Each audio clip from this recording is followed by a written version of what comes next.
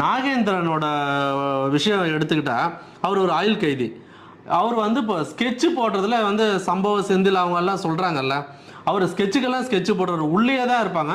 கிட்டத்தட்ட அவரோட அதாவது இப்போ வந்து தொழிலதிபர்லாம் இருக்காங்க. அவங்க வந்து அதாவது மின்ட் ரமேஷ், வெள்ள பிரகாஷ், குங்ஃபு குமார், ஆவடி ராதான்னு அவருடைய நண்பர்கள் டீம்.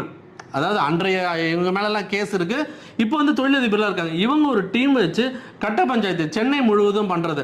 இதுல வந்து அரசியல் சாயம் இருக்கு, அரசியல் கொலைகள் இருக்கு அப்படின்னு பேசப்பட்டாலும், ஏன்னா ஒவ்வொரு கட்சியில இருந்து ஒவ்வொரு ரெப்ரஸன்டேட்டிவ் மாதிரி இருக்காங்க. இதுல பாத்தீங்கன்னா தமிழ் மாநில காங்கிரஸ்ல இருந்து ஒருத்தர் ஃபர்ஸ்ட் பிடிச்சானா இது வந்து இந்த நிர்வாகி இருக்காங்க, திமுக இருக்காங்க, அவங்க இருக்காங்க.